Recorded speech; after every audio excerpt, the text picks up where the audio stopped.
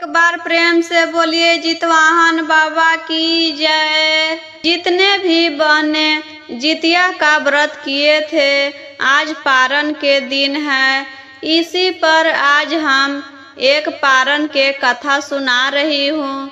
जो भी बहनें मेरे चैनल पर नए हैं तो चैनल को सब्सक्राइब करके बेल आइकन को ज़रूर दबाएं, ताकि कोई भी वीडियो डाले तो जल्द से जल्द आप तक पहुँचे। तो चलिए कथा सुनाते हैं। किसी गांव में पति पत्नी दोनों रहते थे। उनका एक छोटा सा बेटा भी था। बेटे का नाम किशन था।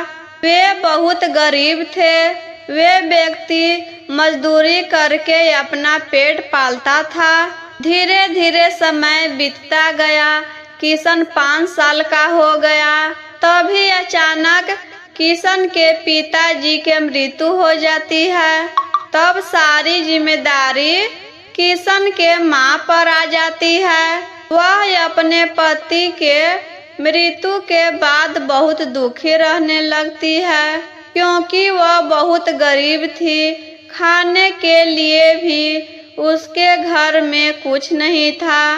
वह सोच रही थी कि अपने बेटे का पालन पोषण कैसे करूँगा, पढ़ाई के खर्चा कहाँ से जुटाऊँगा। तब वह क्या करती है, आसपास के लोग में घर घर जाकर झाड़ू पोछा का काम करने लगी। किसी के घर झाड़ू लगा देती थी, पोछा लगा देती थी, कोई कहता तो खाना भी बना देती थी। ऐसे ही अपना दिन गुजार रही थी। वही काम करने के बाद लोग कुछ कुछ खाना दे देते थे, वही दोनों खा लेते थे। इसी तरह अपना दोनों पेट पाल रहे थे। एक दिन की बात है, जितिया का त्योहार आ गया था। किशन के माँ बहुत दुखी रहने लगी। अपने बेटे के चिंता में बैठी थी। तभी उसके पड़ोसन उसके घर आती है। किशन के माँ से कहती है, जितिया का त्योहार आ गया है तो तुम भी अपने बेटे के लिए जितिया का व्रत रखोगी ना, अपने बेटे के सलामती के लिए, क्योंकि वह ही तुम्हारा सहारा है। तुम्हारे पास तो कोई नहीं है। जितिया का व्रत करने से संतान पर आए संकट भी दूर हो जाता है। तुम्हारे किशन पर आए दुख भी दूर हो जाएगा। तब किशन की माँ कहती है, हाँ बहन, हम अपने बेटे के सलामती के लिए जितिया का व्रत जरूर रखूंगी। नहाए खाए का दिन आया तो किशन के माँ जल्दी उठती है, नहा धोकर खाना बनाती है, पूजा पाठ करती है। खाना खाकर पड़ोसी के घर काम करने चली गई। पड़ोस के घर से कुछ अनाज मिला था। उसे खुदी चावल मिला था, वही लेकर घर आई। सुबह जितिया का निर्जला व्रत की और वही खुदी चावल बनाकर किशन को खिलाया। फिर अगले दिन व्रत का पारण का दिन आ गया। उसने पूजा पाठ किया और सोचा, यही खुदी चावल रखे हैं, इसी को भोजन बनाकर अपना पारण कर लेते हैं और पड़ोस में जाकर काम करके आऊंगी और जो खाना मिलेगा वह घर लेकर आऊंगी। और अपने बेटे से कहा, बगीचे में जाकर खेलो, मैं अभी काम पर जा रही हूँ और वहाँ से गरम गरम खाना लेकर आऊंगी और तुम्हें खिलाऊंगी। माँ के बात सुनकर किशन खेलने चला गया। किशन के माँ रात को जो चावल बनाई थी उसी में से थोड़ा सा रख दी थी कि सुबह पारण कर लेंगे। वही बासी चावल से पारण की। तभी जितवाहन बाबा नाराज हो गए। उसका बेटा जो किशन बगीचा में खेल रहा था तभी एक नाग उसको निगलने लगा। जैसे जैसे किशन के माँ चावल खा रही थी, वैसे वैसे नाग किशन को निगल रहा था। जैसे ही उसकी माँ पूरी चावल खत्म की, किशन को नाग ने निगल लिया। चावल खाकर वह काम करने चली गई। काम करने के बाद जो कुछ भी उसको मिला वह घर लेकर आई। घर आने के बाद वह किशन को बुलाने बगीचे में गई। किशन तो वहाँ नहीं था, तो नहीं मिल रहा था। उसकी माँ इधर उधर देखी, फिर भी वह नहीं मिला। वह बहुत इधर उधर ढूंढी, लेकिन किशन नहीं मिला। फिर वह अपने आस पड़ोस के लोग से पूछी कि मेरे बेटे को किसी ने देखे हैं। सब पड़ोस के लोग कहते हैं, नहीं बहन, हम तुम्हारे बेटे को नहीं देखे हैं। तो उसे बहुत चिंता होने लगी और वह जोर जोर से रोने लगी। मैं तो उसकी सलामती के लिए जितिया का व्रत रखा। यह सब क्या हो गया? मेरा किशन कहाँ चला गया? उसे रोते देखकर जितवाहन भगवान को उस पर दया आ गया।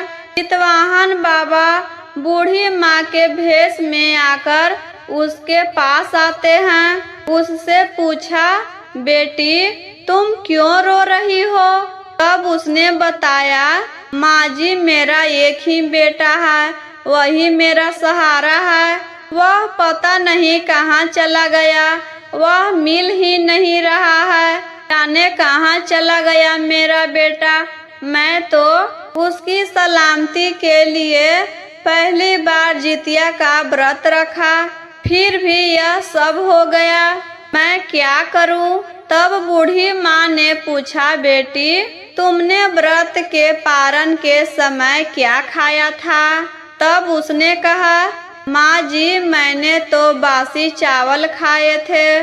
तब बूढ़ी माँ ने कहा, तुमने यही गलती कर दी।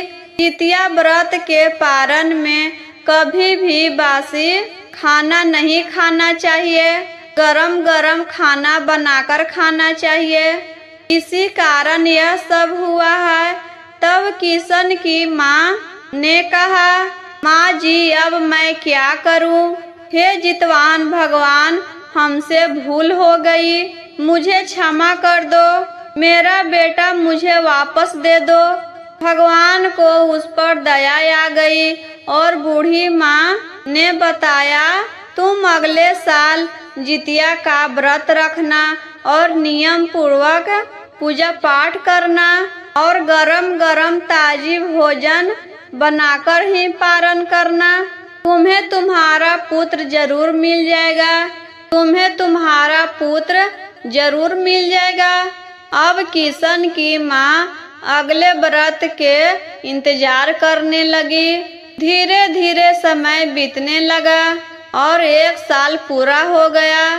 फिर जितिया का व्रत आया तो किशन की माँ ने जितिया का व्रत रखा और नियम पूर्वक नहाए खाए की और अगले दिन जितिया का निर्जला व्रत की। फिर पारण के दिन गरम गरम भोजन बनाई, टोड़ा भात, मड़ुआ के रोटी, 5 प्रकार के सब्जी सब बनाकर व्रत का पारण करने बैठ गई। जैसे जैसे गरम भोजन वह खा रही थी, वैसे वैसे नाग उसको बेटे को बाहर निकाल रहा था। जब उसने पूरा भोजन खत्म की, जैसे ही नाग उसके बेटे को पूरा बाहर निकाल दिया, उसके बाद खुद जितवाहन भगवान किशन को घर लेकर आते हैं। उसके घर के बाहर ही छोड़ देते हैं। तब किशन माँ के आवाज लगाता है, माँ माँ कहाँ हो तुम? जब माँ आवाज सुनती है, जैसे ही माँ आवाज सुनती है, दौड़ी दौड़ी बाहर आती है और अपने बेटे को देखती है तो बहुत खुश हो जाती है। तब किशन अपने माँ से पूछता है, माँ अपने बगीचे में मुझे क्यों नहीं लेने आई?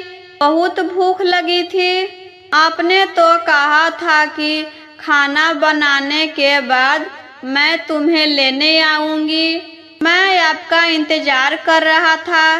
तब माँ सोचती है, ये सब जीवित भगवान का ही कृपा है। जितवाहन भगवान के कृपा से इसे कुछ याद नहीं है। यह सोच रहा है कि वह आज ही बगीचे में गया था।